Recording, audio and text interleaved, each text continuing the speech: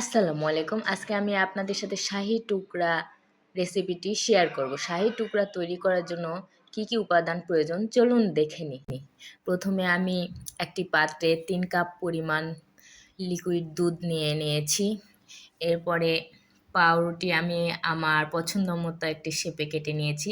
আপনারা আপনাদের পছন্দ মতো শেপে কেটে নিতে পারেন। 1 কাপ পরিমাণ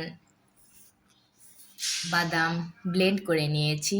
এখানে একটু বাদাম বেশি প্রয়োজন, তাই আপনারা চাইলে আরও একটু বেশি করে বাদামের পরিমাণ বাড়িয়ে দিতে পারেন। 2টি সাদা এলাচ ও 1 টুকরো দারুচিনি নিয়েছি। এখানে 1 কাপ পরিমাণ চিনি নিয়েছি। চিনিটা যে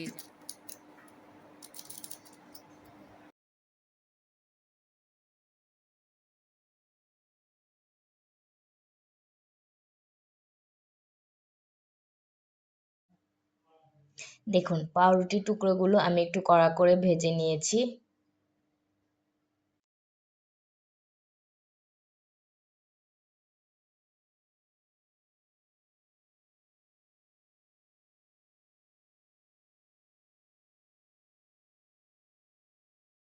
ঘন হয়ে এসেছে, তাই চুলা থেকে দুধটা নামিয়ে নেব এবং ঠান্ডা হওয়ার জন্য 10 মিনিট রেখে দেব। ঠান্ডা হয়ে গেছে। এরপর আমি এই দুধটা এই পাউরুটির মধ্যে দিয়ে দিব। শাহী টুকরা রেডি। এটি যদি আপনারা ফ্রিজে রেখে হালকা ঠান্ডা করে খান, এই গরমে মিলবে শান্তি।